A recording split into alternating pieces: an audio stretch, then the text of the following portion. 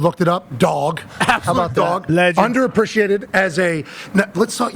As you guys were talking right there about Julio Jones being a beast, he said, I got a Julio story. And he started, I'm like, I want to hear it on air. You coached Julio. I coached Julio for 2 years in Atlanta, and it was 2018. We're going into week 17. We're playing in Tampa. Okay. Your face. You're too handsome. Yeah. Week 17 in Tampa. We're not going to the playoffs. We're ineligible for the playoffs.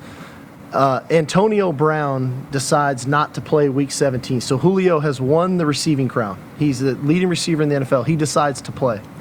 It's a tight game. We're behind, and we're trying to get into field goal range right there at the end, and we're going to run the ball. This guy's won the receiving title. He's already got 100 yards in the game, and we call an outside zone, and he push cracks his safety and knocks the guy out. With a minute to go in the game. Julio.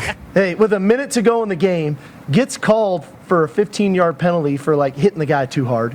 Okay, which is too tough. Yeah, hitting him too hard. So now he's got to go make a play on third down again, which he converts that again, and then we kick a field goal and win. I mean, that would just epitomizes who that guy was. So coming out of high school, he was the same guy. Hey, sounds like we need to pay a little bit more respect to Julio Jones. Yeah, I think all of us, and the boys back in Indianapolis are very thankful that you joined us, Sark. We did not expect this, obviously, day before this big of a game. I guess you're just used to this, though. This is what Texas has become now, and I think you were obviously hired to do this. There was a lot of hype. Can anybody win at Texas? There's so many people, maybe so much money, so many people talking. Is Texas ever going to be able to win in this modern day? You've come in and done that. How has it been here at Texas, and how excited are you that the program is where it is right now? It's been amazing. It's definitely been a journey. People forget we were 5-7 in year one. Yeah. And we were losing. We had the lead. We lost 6 straight games. We had the lead in the second half of every one of those 6 games. Heartbreaking. So we had to learn how to win. Then we get 8-5. After year one, we have 0 players drafted in the NFL draft. We go 8-5 in year 2. We have 5 guys go. Bijan goes in the first round. In year 3, we go 12-2. We're conference champs. We make the college football playoff. We break the school record. We have 11 guys drafted, and now we're in year 4, and we're playing pretty good football. We're in the SEC. It's been a blast, man. And we're protected, obviously, as something's happening somewhere. I think the president is potentially moving, or that might be Nick Saban. It's probably Nick Saban, for sure. The guy goes nowhere without a police escort. Okay, so let's talk about Coach Saban. Obviously, you and Kirby both have come through the Nick Saban Coaching University. What did you learn there? What have you tried to institute here in your own program? And what do you know about Kirby because of the time that you were at Saban? Yeah, so a couple things is, one, I had been kind of raised by Pete Carroll. And so there was this whole coaching style of the Pete Carroll, the loose, the fun, but yet driven, focused, and guys, he was a national champ, Super Bowl champ. And then I get with Nick Saban, and it's like, boom, we're going to operate in this box that is not very big. But what I learned is these guys coached to their personality, and who they were was naturally how they coached, and their teams took on their personality. So what I took out of it was, when I got this job here, was, okay, who am I? And then how do I want our team to be? And so I think I've got a lot of Nick Saban in me. I think I've got a lot of Pete Carroll in me, and morphing those two things together into our team has been big. Kirby, the one thing I know is they're going to play great defense, and they're going to be intense, and they're going to play hard. They're going to be physical. They've recruited great. Georgia really has been the standard of college football now for about the last 6 or 7 years. I think they've been to 6 SEC championship games, 3 national championship games. So it is what it is. They're going to come in here. They're not going to be afraid of 105,000. They're going to come ready to play. Feinbaum said they lose to you, it's over for them though forever. So that's a typical Paul. Yeah, but Kirby didn't hear that. Yeah, Kirby didn't hear that. That's a typical Paul quote. It's just this. It's 0 or it's 100. There's never anywhere in between. Let's talk about 0 to 100. Big 12 obviously is West Virginia's conference now. You know that. You don't have to say anything more. Coming into the SEC. Yep. Okay, you have history obviously in the SEC. Georgia SEC matchup here in October. This is massive. And then you got a bunch of games still left that are not going to be easy. How do you feel about the SEC and Texas being together? But to me, that is the SEC. It's like people want to get up for one game. In this conference, it's not about one game. It's surviving all 8 and what that looks like. And it's week in and week out, and the mental intensity that you have to have every week, but yet the physicality and the depth that you have to have on your roster to endure what an SEC. Right? Oh my gosh, will you quickly. And we've seen it already in this conference. I mean, some really good teams have gone down that people were probably surprised by. Yeah, a lot of depth, too. I mean, shout out to Vandy. This ain't same old Vandy. Yeah, Heck no, it's not. It is not. And let's talk about that. NIL, transfer portal. Obviously, you've had success with that, and you're going to have to in the modern era. How do you feel about where we are at college football right now and how it applies to your team?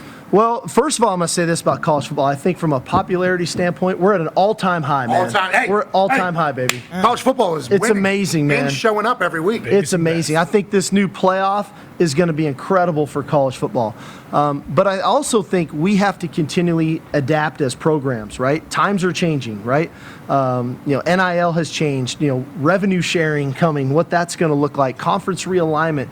And we've been preaching that all along. It was something I got from Coach Saban, adapt or die. There's a reason dinosaurs aren't on the earth anymore. They didn't adapt. And so stupid dinosaurs? Yeah, they didn't adapt. And so check out Wi-Fi. We've tried to adapt to the times and use some of the new things to our advantage, but yet not lose sight of it, holding true to who we are and what we're about. Before the boys have questions back in Indianapolis, and once again, I can't thank you enough for taking time here.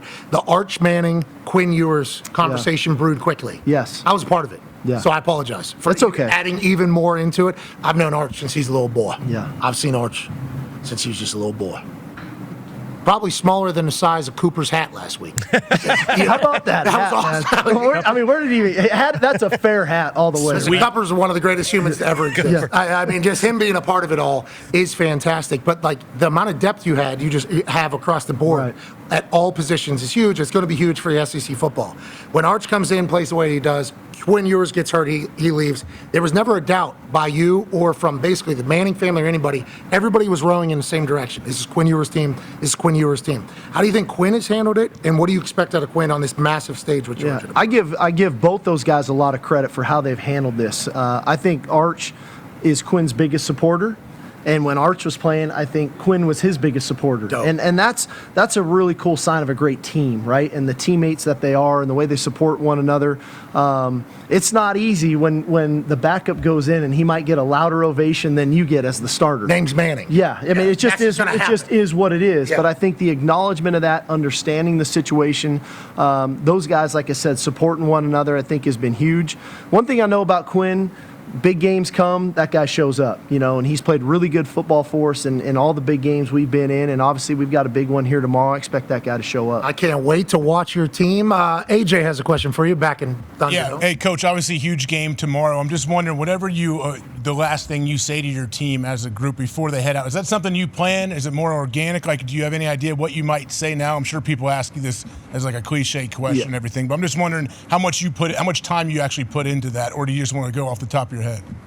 Well, I think it's probably a combination of both. We have some themes throughout the week that we try to get to. But ultimately, the one thing I always try to remind our team of when we take the field is go be us. Like, we don't have to try to go be something that we're not. We've got a certain style in which we like to play the game. We've got a certain swagger in which we try to take the field with and go attack the game that way. I think when we're loose and we're confident and we're believing in what we're doing, we're at our best. And so that's what we try to go do. How much is McConaughey channeling the power of the sun on the sideline? Yeah, the minister of culture. How's that helping the team every single week? Yeah. That's got to help. I think it's great, and Matthew's been an amazing supporter of Texas football for a long, long time. And so through the good times, through some of the tough times, that guy's been there and supporting this thing. And so him being on the sidelines, I'm sure there'll be a few more. I think Durant's showing up tomorrow. KD's going to be here. KD's going to be here. He's a big Longhorn football fan. Yeah, he paid for the practice facility, I think, for the basketball team. Yeah. A brand new one. Yeah, so, games like this, they all come out, but I will say this about Matthew McConaughey. It doesn't matter. It's week in and week out. That guy supports us. Yeah, he was in Michigan. I think he was sick. He almost didn't make kickoff. Yeah, he was there, though. He was there. He was at the Cotton Bowl last week. I mean, that guy, he's definitely here supporting us. I saw him in Michigan on the sideline, and I had not known because I didn't have service because there were so many humans and phones need to figure it out. So I couldn't get any text messages or any update. I guess he was, really close to missing kickoff. And I guess it was because he's very sick. I guess they were kind of running some tests on him more. Not like, I think it was flu, COVID, but whatever it was.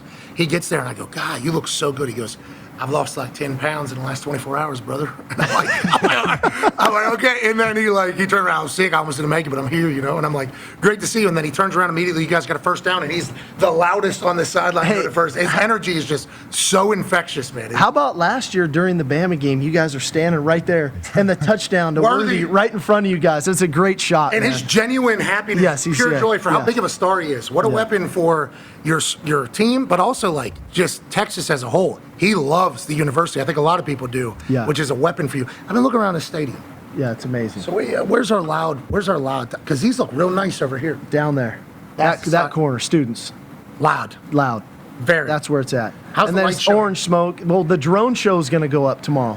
Ooh. In between the third and fourth quarter, we'll have a drone show up right off the east side of the stadium. We got fireworks going on? Fireworks going tomorrow. We'll have the light show going on. We'll have Wow. orange smoke. All sorts of stuff's going on tomorrow. All right, we're 20 seconds until a hard out on ESPN. We'll continue on YouTube, ESPN Plus, TikTok Live, and every other social media platform. This is Coach Sarkisian. He's the head coach of the Texas Longhorns. They take on the Georgia Bulldogs tomorrow. College Game Day will be live at 9 a.m. Eastern Time. Their fans going to show up? They'll be here. They'll be here, man. See you on Monday. Look, we just hit that hard out right there, sir. I love that. Nailed I it. love See that.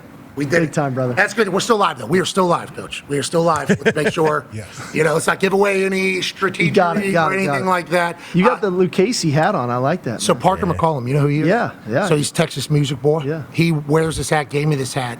And as I was packing this morning, early morning, Coach, flying Yeah. down here. Yeah. Early. Texas is much further than people give it credit. It's a 2.5-hour flight here. Big state. From Indian.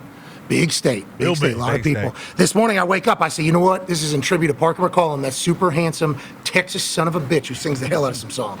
So I put it on because I feel good in Texas. Yeah. I love this state. Great place. Hey, so we got a shirt we wear around here that I think is kind of fitting for you and your show. All right, and some interpret this differently than others. Okay, you can interpret it however you want. Okay, but our guys believe in that mantra around here. Okay,